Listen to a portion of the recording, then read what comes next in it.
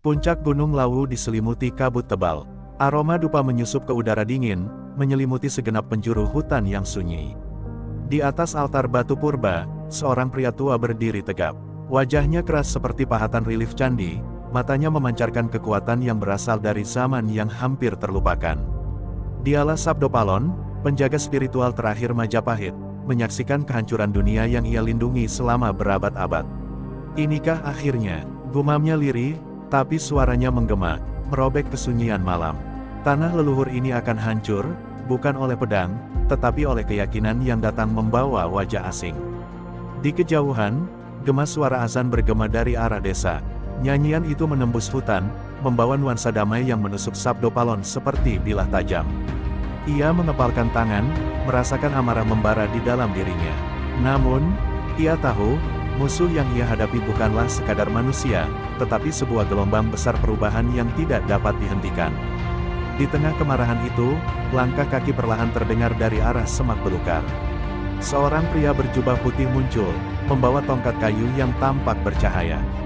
Sabdopalon, suara pria itu lembut namun penuh wibawa. Malam ini kita bertemu sebagai sahabat yang bertukar kata, bukan musuh yang bertukar senjata. Sabdopalon memandang pria itu dengan tajam.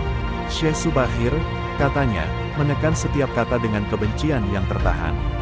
Apakah kedatanganmu untuk menyaksikan akhir dari Majapahit? Atau hanya untuk memastikan kehancuran budaya ini berjalan sesuai rencanamu? Syekh Subahir menundukkan kepala, tidak tersinggung oleh nada sinis itu. Aku datang bukan sebagai penghancur, tetapi sebagai pembawa pesan, katanya pelan. Perubahan adalah kehendak ilahi. Apa yang kamu sebut kehancuran, mungkin adalah jalan baru yang lebih terang. Kemarahan Sabdopalon meledak. Terang, serunya, suaranya bergetar hingga kabut di sekelilingnya bergolak. Bagaimana kau bisa menyebut ini terang? Kau dan keyakinanmu telah memisahkan manusia dari leluhur mereka, mencabut akar yang telah menancap dalam di tanah ini. Tanpa akar, bagaimana mereka bisa berdiri teguh?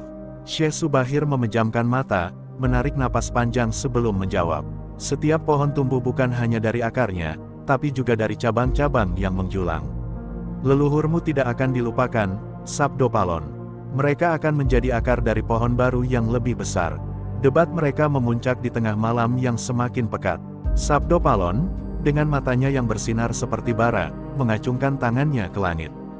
Jika kau yakin ini kehendak ilahi, maka biarlah kita membuat perjanjian. Teriaknya, aku bersumpah, dalam 500 tahun, aku akan kembali. Aku akan membangkitkan roh leluhur Jawa untuk mengembalikan kejayaan budaya ini. Dan jika itu terjadi, kita akan lihat apakah keyakinanmu cukup kuat untuk menghadapiku. Syekh Subahir membuka matanya perlahan. Tidak ada ketakutan di wajahnya, hanya ketenangan yang membuat suasana semakin mencekam. Aku menerima sumpahmu, Sabdopalon, katanya dengan tenang. Namun, jika aku kembali, itu bukan untuk berperang. Aku akan kembali untuk memastikan bahwa tanah ini tetap damai. Aku percaya, kedamaian adalah takdir sejati tanah Jawa. Keduanya berdiri di puncak Lawu, seperti dua raksasa yang saling berhadapan, sementara langit malam menjadi saksi perjanjian mereka. Saat kabut perlahan menipis, tubuh Sabdopalon memudar ke dalam bayangan, meninggalkan keheningan yang lebih dalam dari sebelumnya.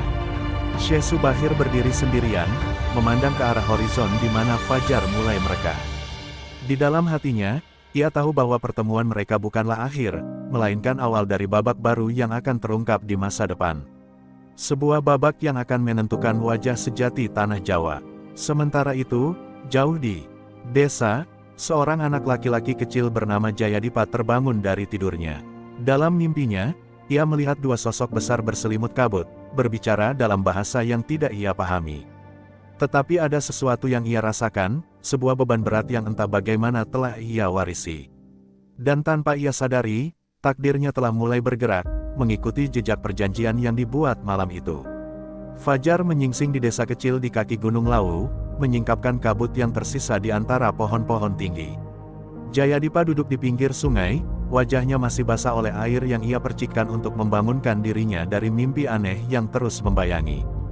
Dalam mimpinya semalam, ia melihat sosok tua dengan sorot mata membara dan suara menggema, seperti guru yang memecah keheningan. Jayadipa, suara itu memanggil, namun maknanya terasa seperti perintah. Sejak ia kecil, Mimpi-mimpi semacam itu sering datang, tetapi kali ini terasa berbeda, lebih nyata, lebih menakutkan. Jayadipa, cepat ke sini, nak. Suara lembut ibunya terdengar dari kejauhan, membuyarkan lamunannya. Ia segera bangkit, menggulung kain sarungnya, dan berlari ke arah rumah. Ketika ia sampai, ia menemukan ibunya sedang menyiapkan sajian untuk seorang tamu yang tak biasa, seorang pria berjubah putih dengan tongkat kayu di tangannya. Pria itu, Syekh Subahir, datang ke desa mereka untuk menyebarkan ajaran baru yang sedang ramai diperbincangkan. Meski banyak yang menghormatinya, Jayadipa merasa ada sesuatu yang berbeda pada kehadiran pria itu. "Ini Jayadipa?" tanya Syekh Subahir dengan suara dalam, matanya meneliti pemuda itu dengan tajam. Jayadipa hanya mengangguk, merasa canggung di bawah tatapan pria asing itu. "Aku melihat sesuatu dalam dirimu, nak," lanjut Syekh Subahir, "seperti nyala api yang tertahan. Apakah kau tahu apa yang kau warisi dari leluhurmu?" Pertanyaan itu membuat Jayadipa terdiam. Ia tidak pernah memikirkan leluhurnya, karena keluarganya hidup sederhana sebagai petani. Namun, ada sesuatu dalam kata-kata itu yang membuat dadanya terasa sesak, seolah ada pintu terkunci dalam pikirannya yang belum pernah ia buka. Setelah tamu itu pergi, Jayadipa mencoba melanjutkan harinya seperti biasa, tetapi perasaan aneh tidak hilang. Malam itu, ia bermimpi lagi. Kali ini, sosok tua dari mimpinya tidak berdiri sendiri. Ia ditemani seorang pria berjubah putih, keduanya berdiri di tengah api yang berkobar. Mereka berbicara, tetapi suara mereka seperti angin yang mengaum, tidak jelas, tetapi menimbulkan ketakutan yang dalam. Ketika Jayadipa mencoba mendekat, sosok tua itu menoleh padanya. Matanya menyala seperti bara api, dan suaranya terdengar keras di dalam kepalanya, "Leluhurmu memanggilmu, Jayadipa. Kau harus memilih jalanmu." Jayadipa terbangun dengan napas tersengal-sengal. Tubuhnya basah oleh keringat dingin, dan jantungnya berdegup kencang. Ia merasakan ada sesuatu yang berubah dalam dirinya, tetapi ia tidak tahu apa. Ketika ia keluar dari rumah untuk menenangkan diri, ia mendapati Syekh Subahir berdiri di bawah pohon besar dekat sungai, seolah telah menunggu. "Kau merasa terpanggil, bukan?" tanya Syekh tanpa menoleh. Jayadipa membeku, tidak tahu bagaimana menjawab. "Kau adalah titisan darah tua, pewaris takdir yang tak dapat kau hindari," lanjut Syekh Subahir, suaranya penuh keyakinan. "Aku tahu tentang mimpi-mimpimu, Jayadipa. Itu bukan sekadar bunga tidur. Itu adalah panggilan dari masa lalu. Sabdo Palon ingin kau berdiri di sisinya, tetapi aku di sini untuk menawarkan jalan lain." Jayadipa tertegun, merasa dunia yang ia kenal selama ini mendadak menjadi kecil. "Aku tidak mengerti," gumamnya, suaranya nyaris hilang di antara suara malam. Syekh Subahir mendekatinya, meletakkan tangan di bahu Jayadipa. "Kau akan mengerti ketika waktunya tiba," katanya, penuh misteri. "Tapi ingat ini, nak, pilihanmu bukan hanya menentukan hidupmu, tetapi juga masa depan tanah ini.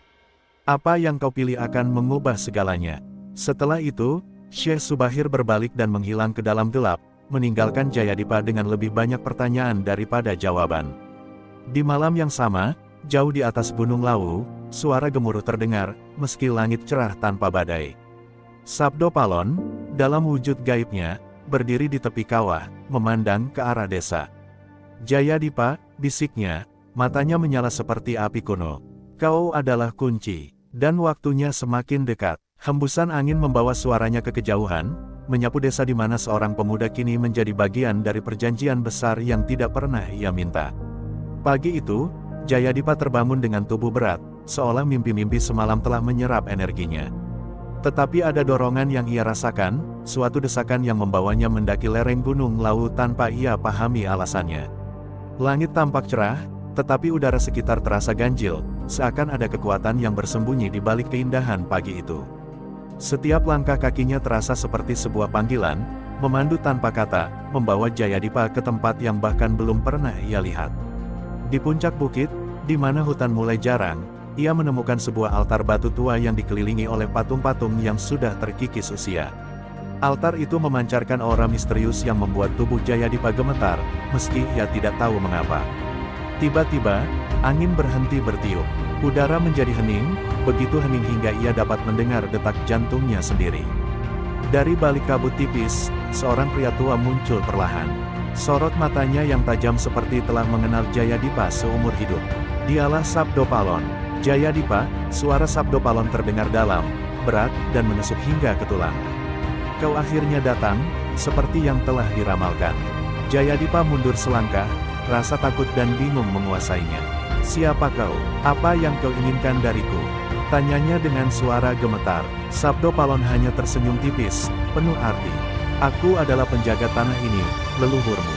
Kau adalah titisan darah Majapahit, dan waktunya telah tiba bagimu untuk memenuhi takdirmu. Jayadipa menggeleng, mencoba melawan rasa takut yang semakin mencekiknya. Aku hanya seorang petani, aku tidak tahu apa yang kau bicarakan, serunya. Namun, Sabdopalon mengangkat tangan, dan seketika pemandangan di sekitarnya berubah. Jayadipa melihat gambaran Majapahit di masa kejayaannya, istana megah, ladang-ladang subur, dan rakyat yang hidup dalam harmoni. Tapi gambaran itu segera berubah menjadi kehancuran, istana terbakar, rakyat tercerai-berai, dan pengaruh asing yang menghapus tradisi leluhur. Itulah yang terjadi ketika leluhur dilupakan, kata Sabdopalon dengan nada tajam. Tugasmu adalah mengembalikan apa yang telah hilang. Jayadipa merasa dadanya semakin berat. Gambaran-gambaran itu terasa nyata, seperti kenangan yang tertanam dalam dirinya. Tetapi sebelum ia sempat menjawab, suara lain terdengar. Sabdopalon, jangan memaksakan kehendakmu. Dari arah lain, muncul Syekh Subahir, tongkat kayunya bersinar lembut. Jayadipa berhak memilih jalannya sendiri. Kau tidak berhak menuntutnya atas dosa masa lalu. Dua sosok itu berdiri berhadapan, seperti gunung dan lautan yang bertemu. Jayadipa, berdiri di tengah mereka, merasa tubuhnya kecil dan tidak berarti. Kalian bicara seolah aku ini pion dalam permainan kalian.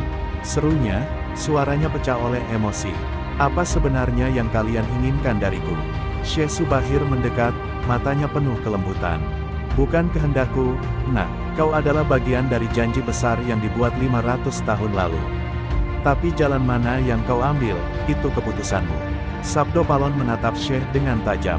Jangan menipunya dengan janji damai yang palsu, katanya.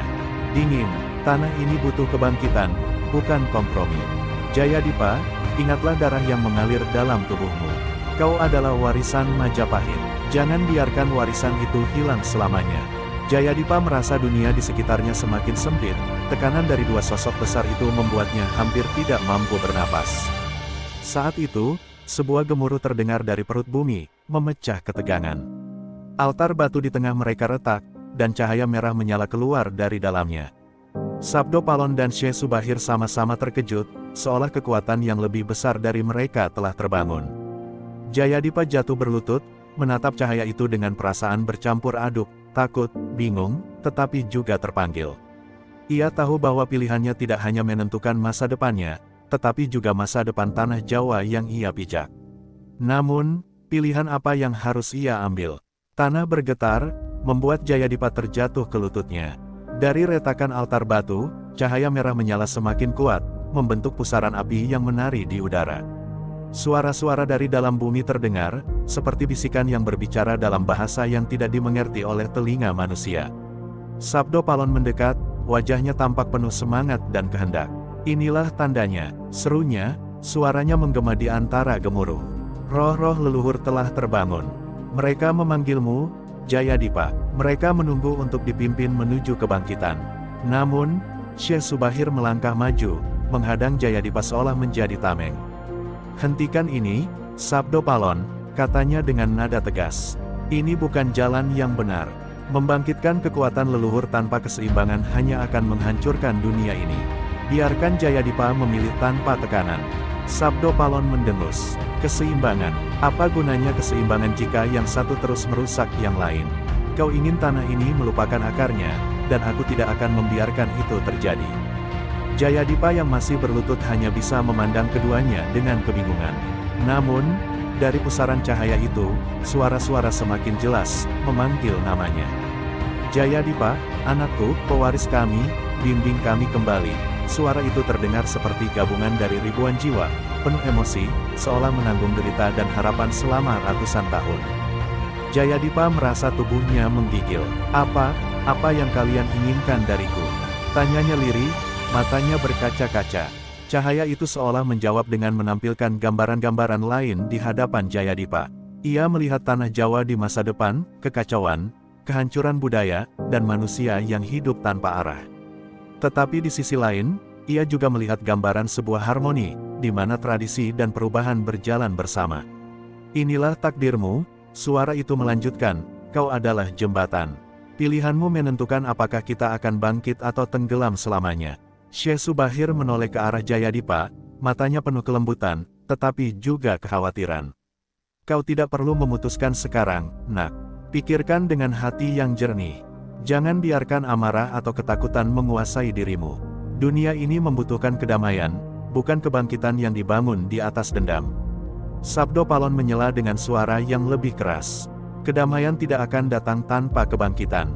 Jayadipa, dengarkan leluhurmu. Mereka adalah darahmu, jiwamu. Kau tahu ini benar. Jayadipa berdiri perlahan, tubuhnya bergetar oleh kekuatan yang melingkupinya. Ia menatap kedua sosok itu, lalu memandang cahaya merah yang masih berputar di hadapannya. Ia merasakan panggilan kuat dari dalam dirinya, tetapi juga beban besar yang menggantung di pundaknya.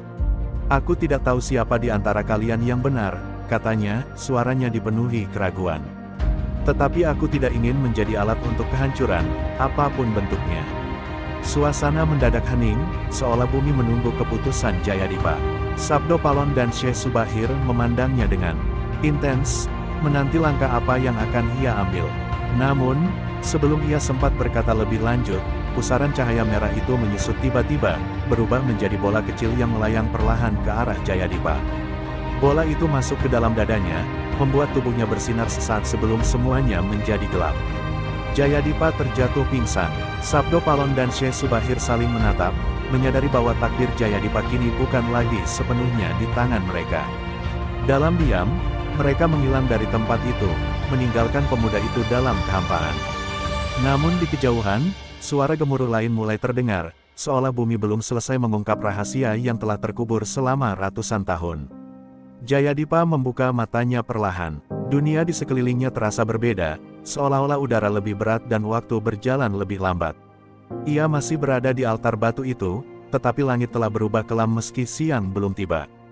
Hutan di sekitar tampak lebih sunyi dari biasanya, seperti semua kehidupan menahan napas. Tubuhnya terasa ringan, tetapi dadanya berdebar kencang, seolah menyimpan sesuatu yang baru dan asing. Ia menatap tangannya, yang samar-samar bercahaya, lalu mendengar suara dari dalam dirinya. Kau adalah penjaga, darah leluhur kini ada dalam tubuhmu. Jayadipa terlonjak, suaranya bergetar. Siapa kau? Apa yang kau lakukan padaku? Namun, tidak ada jawaban. Yang terdengar hanyalah gema suara itu berulang-ulang di pikirannya, membuatnya merasa seperti orang asing di tubuhnya sendiri. Di kejauhan, ia mendengar langkah-langkah kaki mendekat. Dari balik bayangan hutan, muncul seorang wanita tua dengan tongkat kayu. Wajahnya berkerut seperti kulit pohon, tetapi matanya bersinar tajam.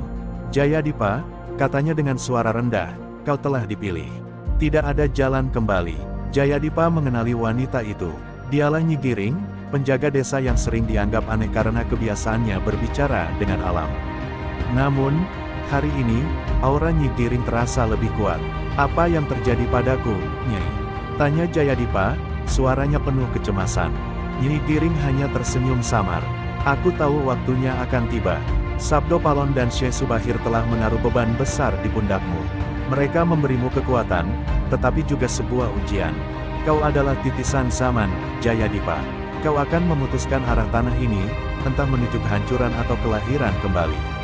Mendengar itu, Jayadipa mundur selangkah, merasa beban di dadanya semakin berat. Aku tidak mau terlibat dalam ini. Serunya, aku hanya ingin hidup tenang. Kenapa harus aku? Nyi Giring menatapnya tajam. Kau tidak bisa melarikan diri dari takdir, nak. Setiap langkahmu telah dipilih, bahkan sebelum kau lahir. Tapi ketahuilah, takdir ini tidak datang tanpa alasan. Kau memiliki sesuatu yang tidak dimiliki orang lain, jiwa yang dapat menjembatani dua dunia. Jayadipa menggenggam dadanya, merasakan denyutan cahaya yang masih mengisi tubuhnya. Apa yang terjadi jika aku gagal? Tanyanya lirih. Nyi Giring mendekatinya, menepuk pundaknya dengan lembut. Jika kau gagal, Jayadipa, tanah ini akan kehilangan keseimbangan. Roh-roh leluhur akan bangkit dalam amarah, dan darah akan mengalir di tanah ini. Tapi jika kau berhasil, tanah ini akan menemukan harmoni, sebuah jalan baru di mana tradisi dan perubahan bisa hidup berdampingan. Malam mulai jatuh, dan bintang-bintang bermunculan seperti mata-mata dari langit. Jayadipa memutuskan untuk kembali ke desa bersama Nyi Giring. Tetapi saat ia berjalan, ia mulai merasakan sesuatu yang aneh. Mata orang-orang yang ia temui tampak kosong, seolah-olah mereka tidak benar-benar melihat. Desa yang biasanya ramai dengan suara anak-anak bermain dan percakapan hangat kini sunyi seperti makam. Apa yang terjadi pada mereka? Jayadipa bertanya, tetapi Nyi Giring tidak menjawab. Sesampainya di rumah, ia mendapati ibunya duduk diam di sudut ruangan, memeluk dirinya sendiri. "Ibu," panggil Jayadipa dengan cemas, tetapi ibunya tidak menjawab. Matanya kosong, menatap lurus ke depan seperti boneka tanpa jiwa. Jayadipa mengguncang bahu ibunya, mencoba membangunkannya, tetapi tidak berhasil. "Apa yang terjadi pada mereka, Nyai?" tanya Jayadipa dengan panik. Nyi Giring menatapnya dengan ekspresi sedih. "Itulah harga dari kebangkitan. Keseimbangan telah terganggu, Jayadipa. Dan kau harus memperbaikinya sebelum semuanya terlambat." Di tengah keputusasaan-nya, Jayadipa mendengar bisikan lain dari dalam dirinya. Suara itu lebih dalam dan lebih kuat daripada sebelumnya. "Lawan atau tunduk, pilihan ada di tanganmu. Tapi ingat, waktumu tidak banyak." Jayadipa menatap ke arah gelap malam di luar rumahnya, menyadari bahwa perjalanan ini baru saja dimulai, dan ia harus menemukan jawabannya sebelum semua yang ia kenal dan cintai lenyap selamanya. Malam itu, Jayadipa tidak bisa memejamkan mata. Cahaya dari lentera kecil di sudut rumah bergetar, membentuk bayangan yang tampak seperti makhluk hidup.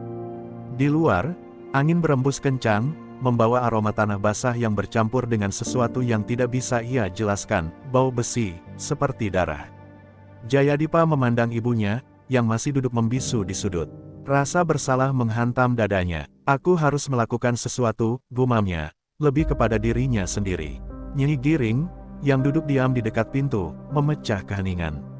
"Ada tempat di mana semua jawaban menunggumu, Jayadipa," katanya sambil memejamkan mata, seolah berbicara dari alam lain. "Di puncak Gunung Lawu, ada gerbang yang hanya bisa dibuka oleh pewaris darah kuno. Di sana, kau akan menemukan roh-roh leluhur yang ingin kau pimpin. Tetapi ingat, perjalanan itu tidak mudah. Kau akan dihadapkan pada ketakutan dan keraguan terdalammu." Jayadipa menggenggam kedua tangannya erat-erat. Ia merasa seperti terjebak di antara dua dunia yang bertentangan, dunia yang ingin ia tinggalkan dan dunia yang kini menuntut kehadirannya. Namun, ia tahu bahwa tinggal diam bukanlah pilihan. Dengan tekad yang belum sepenuhnya bulat, ia memutuskan untuk mengikuti kata-kata Nyi Giring. "Aku akan pergi," katanya dengan suara rendah, tetapi mantap. Fajar menyingsing saat Jayadipa meninggalkan desa, dengan Nyi Giring memberinya jimat pelindung dan doa untuk keselamatan. Namun, perjalanan menuju puncak Gunung Lawu tidak seperti yang ia bayangkan. Jalan setapak yang biasanya dilewati pendaki kini berubah menjadi labirin gelap yang dipenuhi akar-akar menjalar.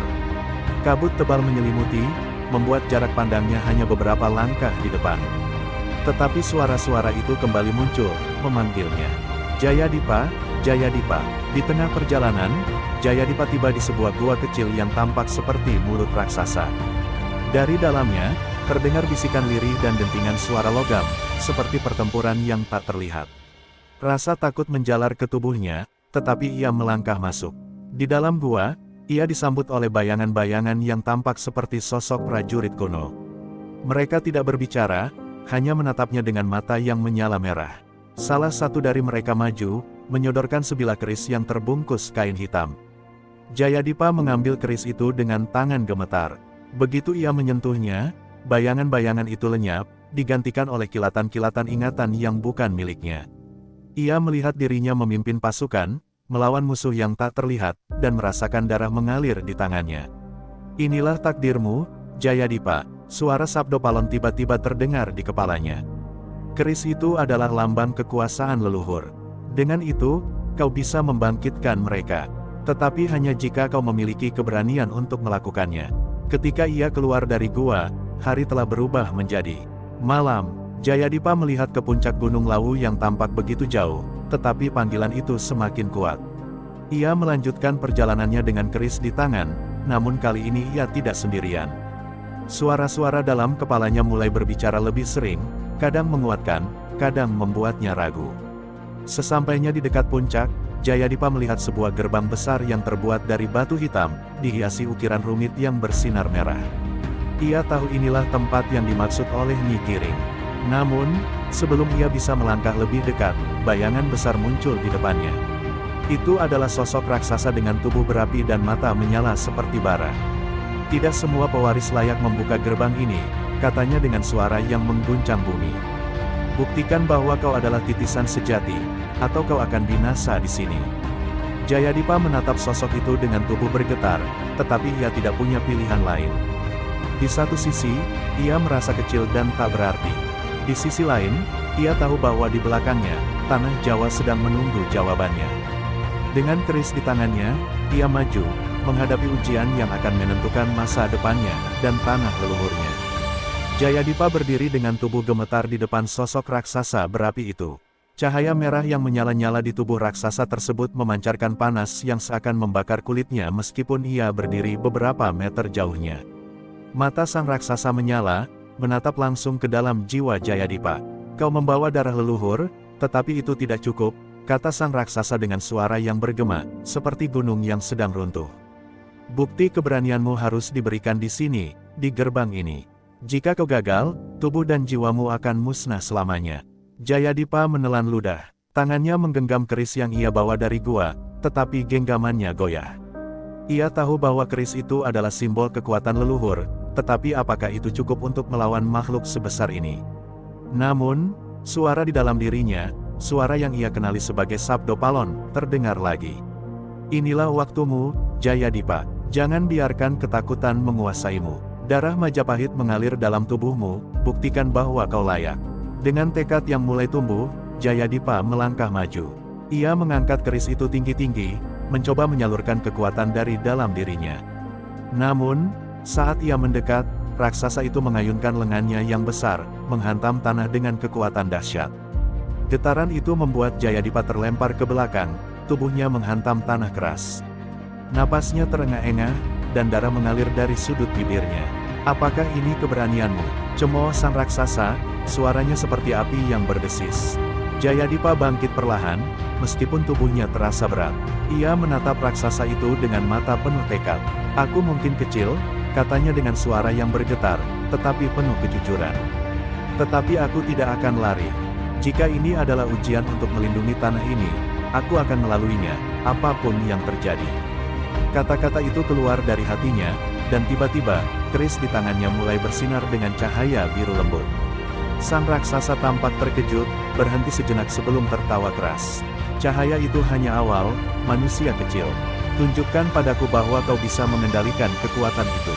Dengan satu gerakan, raksasa itu meluncurkan bola api raksasa ke arah Jayadipa. Tanpa berpikir, Jayadipa mengangkat kerisnya. Cahaya biru dari keris itu membentuk perisai di depannya, menahan serangan dengan suara dentuman besar. Meski tubuhnya terhempas lagi, ia tidak terluka. Namun, Jayadipa tahu bahwa bertahan saja tidak cukup. Ia harus melawan, tetapi bagaimana? Dalam pikirannya, suara lain terdengar, kali ini suara Syekh Subahir. Jangan biarkan amarah memimpinmu, Jayadipa. Gunakan hati dan kebijaksanaanmu. Ingat, kekuatan ini bukan untuk menghancurkan, tetapi untuk menciptakan keseimbangan. Jayadipa menghela napas dalam-dalam, lalu memejamkan matanya, mencoba merasakan energi di sekitarnya. Ketika ia membuka mata, ia merasakan sesuatu yang berbeda. Keris di tangannya bukan lagi sekadar senjata, itu adalah bagian dari dirinya, alat untuk menyalurkan kekuatannya. Dengan langkah yang lebih mantap, Jayadipa mengarahkan keris itu ke tanah. Cahaya biru menyebar seperti gelombang air, membentuk lingkaran yang mengelilingi raksasa itu.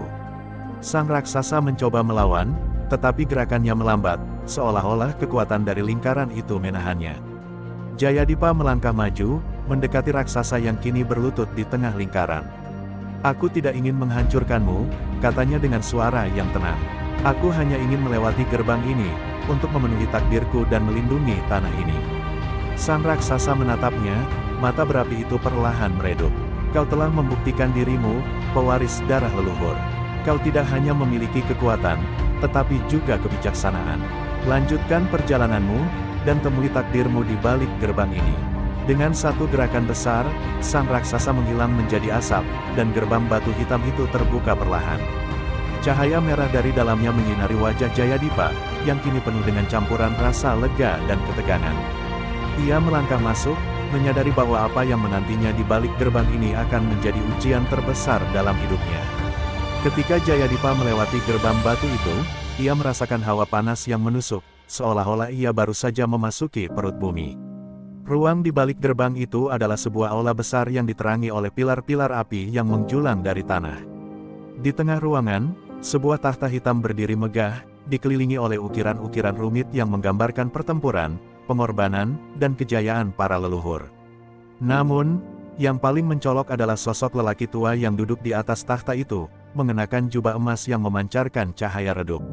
"Selamat datang, Jayadipa," suara lelaki itu menggema di aula, dalam dan penuh wibawa. "Aku telah menunggumu selama ratusan tahun. Aku adalah Sabdo Palon, dalam wujud terakhirku. Kau telah melewati ujian yang berat untuk sampai ke sini. Sekarang, keputusan terbesar ada di tanganmu." Jayadipa berdiri terpaku. Ia telah mendengar suara Sabdo Palon berkali-kali dalam pikirannya, tetapi kini, melihat sosok itu secara langsung membuatnya merasa kecil. "Apa yang kau inginkan dariku?" Jayadipa bertanya, suaranya bergetar. Sabdo Palon tersenyum tipis, tetapi matanya penuh dengan intensitas. "Aku ingin kau menjadi penerusku, pemimpin yang akan membangkitkan roh-roh leluhur dan mengembalikan kejayaan tanah ini. Dunia telah melupakan kita, Jayadipa. Tradisi telah dihancurkan, budaya dicemari. Kau adalah jembatan yang akan membawa tanah ini kembali ke akar sejatinya." Jayadipa menggelengkan kepalanya, napasnya memburu. "Tapi aku tidak ingin menjadi pemimpin. Aku bahkan tidak tahu apakah aku mampu memikul tanggung jawab ini. Aku hanya ingin menyelamatkan desaku, ibuku, dan tanah ini dari kehancuran." Sabdo Palon berdiri, tubuhnya yang tinggi menjulang tampak seperti bayangan besar di aula itu. "Penyelamatan hanya bisa terjadi jika kau menerima takdirmu. Tidak ada jalan lain, Jayadipa. Dunia ini telah kehilangan arah. Kau adalah satu-satunya harapan." Tiba-tiba, suara lain muncul dari belakang Jayadipa. "Kau tidak harus memilih jalannya," ujar Syekh Subahir yang kini muncul di ruangan itu, jubahnya berkibar oleh angin yang tidak terlihat. Sabdo Palon hanya ingin kebangkitannya sendiri, tanpa memikirkan keseimbangan. "Tapi aku memberimu pilihan, Jayadipa. Pilihlah jalan yang tidak menghancurkan, tetapi memperbaiki. Pilihlah keseimbangan." Dua sosok yang begitu kuat kini berdiri di hadapannya, masing-masing membawa tuntutan dan janji yang berbeda. Jayadipa merasa tubuhnya bergetar. Ia melihat ke arah Sabdo Palon, lalu ke arah Syekh Subahir. "Bagaimana aku tahu mana yang benar? Aku tidak ingin menjadi alat bagi dendam, tetapi aku juga tidak bisa mengabaikan penderitaan tanah ini," katanya, suaranya hampir pecah oleh emosi. Sabdo Palon melangkah maju, menunjuk ke tahta hitam di belakangnya. "Tahta ini adalah simbol kekuatan leluhur. Duduklah di atasnya, dan kau akan mewarisi semua kekuatan mereka. Kau akan mampu membangkitkan kembali tanah ini dari kehancuran." Syekh Subahir menggelengkan kepalanya, berdiri teguh di sisi lain. "Jangan biarkan dirimu tergoda oleh kekuasaan, Jayadipa. Kekuatan sejati ada di hatimu, bukan di tahta itu. Kau tidak perlu menjadi pemimpin untuk membawa perubahan." Jayadipa berdiri di tengah aula itu, diapit oleh dua kekuatan besar yang saling bertentangan.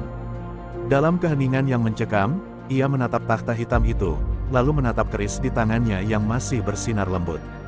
Di dalam pikirannya, ia mendengar suara-suara yang bertarung, amarah Sabdo Palon dan kebijaksanaan Syekh Subahir.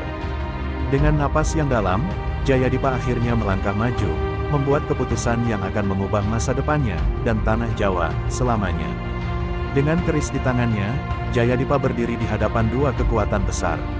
Sabdo Palon dan Syekh Subahir, masing-masing membawa janji dan ancaman yang sulit dibedakan.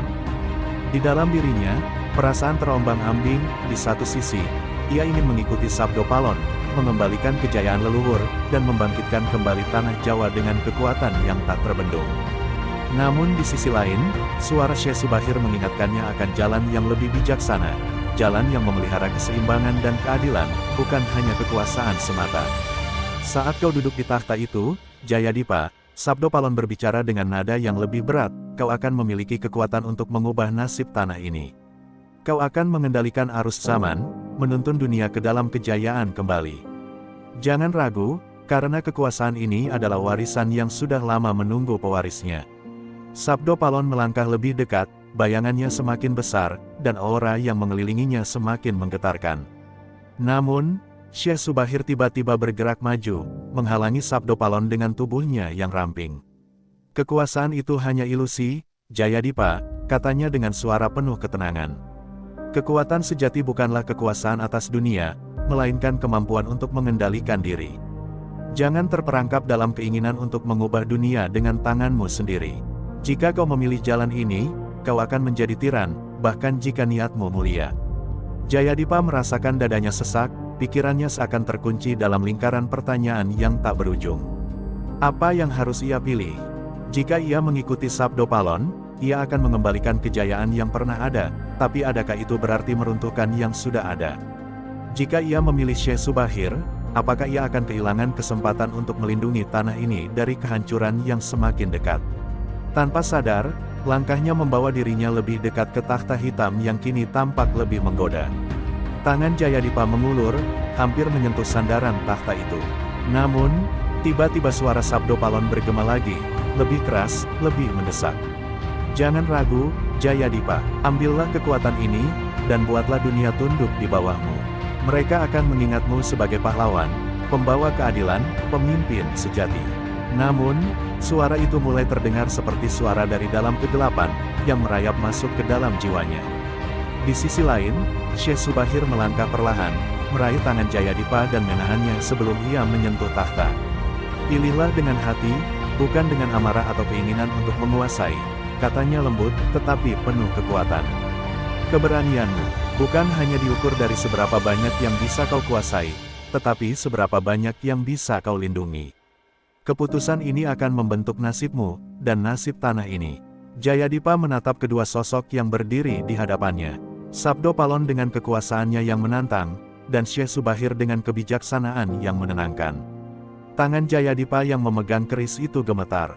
Cahaya biru dari kerisnya semakin terang, mengelilingi tubuhnya seperti pelindung yang tak tampak.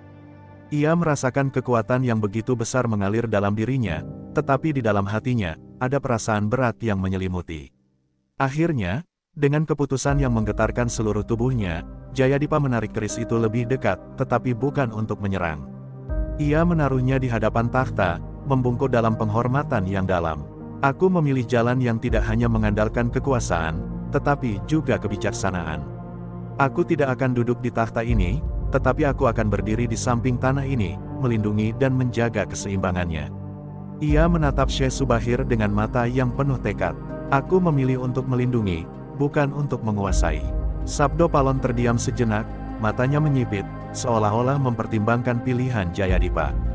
Kemudian, suara yang dalam dan berat keluar dari mulutnya. Kau telah memilih jalan yang sulit, Jayadipa. Jalan yang akan membawa penderitaan, tetapi juga penyelamatan. Namun, ketahuilah ini, jalanmu bukan tanpa harapan. Sabdo Palon menghilang, meninggalkan aula itu dengan sebuah hembusan angin yang membekukan. Jayadipa berdiri tegak, dengan keris yang kini berkilau di tangannya. Di belakangnya, Syekh Subahir tersenyum tipis. Keputusanmu benar, Jayadipa. Kini, jalanmu adalah jalan untuk membawa keseimbangan, bukan untuk menghancurkan. Semoga kau bisa menjaga tanah ini dari kehancuran yang telah menunggu. Dengan kata-kata itu, aula yang semula penuh dengan kekuatan besar itu mulai meredup, dan Jayadipa tahu bahwa perjalanannya masih jauh. Namun, ia telah memilih jalan yang akan mengubah nasib tanah ini, dan dirinya sendiri, untuk selamanya. Malam itu, setelah keputusan besar yang diambil, Jayadipa berjalan keluar dari aula yang kini telah sunyi. Cahaya keris di tangannya perlahan memudar, meninggalkan gelap yang menutupi langkahnya. Di luar, angin malam berhembus lembut, seolah membawa pesan-pesan dari leluhur yang telah lama pergi. Rasa lega yang mengalir dalam dirinya berbaur dengan kecemasan, jalan yang dipilihnya bukanlah jalan yang mudah. Ia tahu bahwa tanggung jawab yang kini ada di pundaknya tidak hanya akan mengubah hidupnya, tetapi juga nasib tanah ini. Dengan keris yang masih tergenggam erat di tangan, Jayadipa melangkah menuju desa yang kini tinggal kenangan. Desanya yang dulu damai, kini dipenuhi oleh kegelapan dan kekacauan. Berita tentang datangnya kematian dan kehancuran telah menyebar cepat. Orang-orang yang dulu berharap akan kebangkitan Majapahit kini bingung dan takut. Mereka tidak tahu apa yang akan datang selanjutnya. Namun, dalam hati Jayadipa, tekad untuk melindungi mereka tumbuh semakin kuat. Di tengah perjalanan, ia bertemu dengan seorang wanita tua yang duduk di pinggir jalan. Wanita itu menatapnya dengan mata yang penuh kehangatan, namun juga kesedihan yang mendalam. "Kau telah memilih jalan yang berat, anak muda," kata wanita itu dengan suara yang lembut namun penuh arti. "Keseimbangan tidak akan datang begitu saja. Kau akan diuji, dan bukan hanya oleh dunia luar, tetapi oleh hatimu sendiri." Jayadipa terdiam sejenak, merenungkan kata-kata wanita tua itu. "Apa yang harus saya lakukan?" tanyanya. "Bagaimana saya bisa mengubah keadaan ini tanpa kehilangan diri saya?" Wanita itu tersenyum tipis, lalu dengan lembut berkata, "Carilah kedamaian dalam hatimu. Keseimbangan itu dimulai dari dalam diri. Jika kau melawan dunia dengan kebencian, kau hanya akan menyuburkan kehancuran. Tetapi jika kau melawan dengan cinta dan pengorbanan, kau akan menemukan kekuatan yang tak terlihat." Wanita tua itu kemudian menghilang dalam kabut malam, seolah-olah tidak pernah ada. Tetapi kata-katanya tetap terngiang dalam benak Jayadipa. Ia melanjutkan perjalanannya, semakin mendalam ia merenung. Keseimbangan, cinta dan pengorbanan, semua itu terasa seperti beban yang berat, namun juga seperti harapan yang harus diusahakan. Setibanya di desa, Jayadipa disambut dengan tatapan kosong dari penduduk yang kini tak lagi mengenal harapan. Mereka hanya melihatnya sebagai pemuda yang membawa kebangkitan atau kehancuran, sebuah simbol yang entah baik atau buruk. Dalam keremangan malam itu, Jayadipa tahu bahwa perjuangannya baru saja dimulai. Jika ia tidak bisa mengubah hati orang-orang ini, maka kebangkitannya akan sia-sia. Ia harus menunjukkan bahwa kekuatan sejati bukanlah dalam memerintah, tetapi dalam melayani dan melindungi. Jayadipa berdiri di tengah desa yang kini terasa lebih sepi dari sebelumnya. Angin malam berhembus membawa harapan yang hampir padam. Namun, ia tahu bahwa kekuatan tidak datang dari kesempurnaan, melainkan dari ketulusan dan tekad untuk terus berjuang meskipun dunia terasa runtuh. Ia menatap langit yang gelap, berjanji pada dirinya sendiri dan tanah Jawa, bahwa ia akan bertahan. Dengan tekad yang semakin kuat, Jayadipa menyusuri jalan-jalan desa yang sunyi. Ia tahu, meskipun jalan ini penuh dengan pengorbanan, ini adalah jalan yang benar. Keseimbangan tidak hanya akan diberikan oleh kekuatan luar, tetapi oleh keberanian untuk menjalani hidup dengan cinta dan keadilan. Dan disinilah, di tengah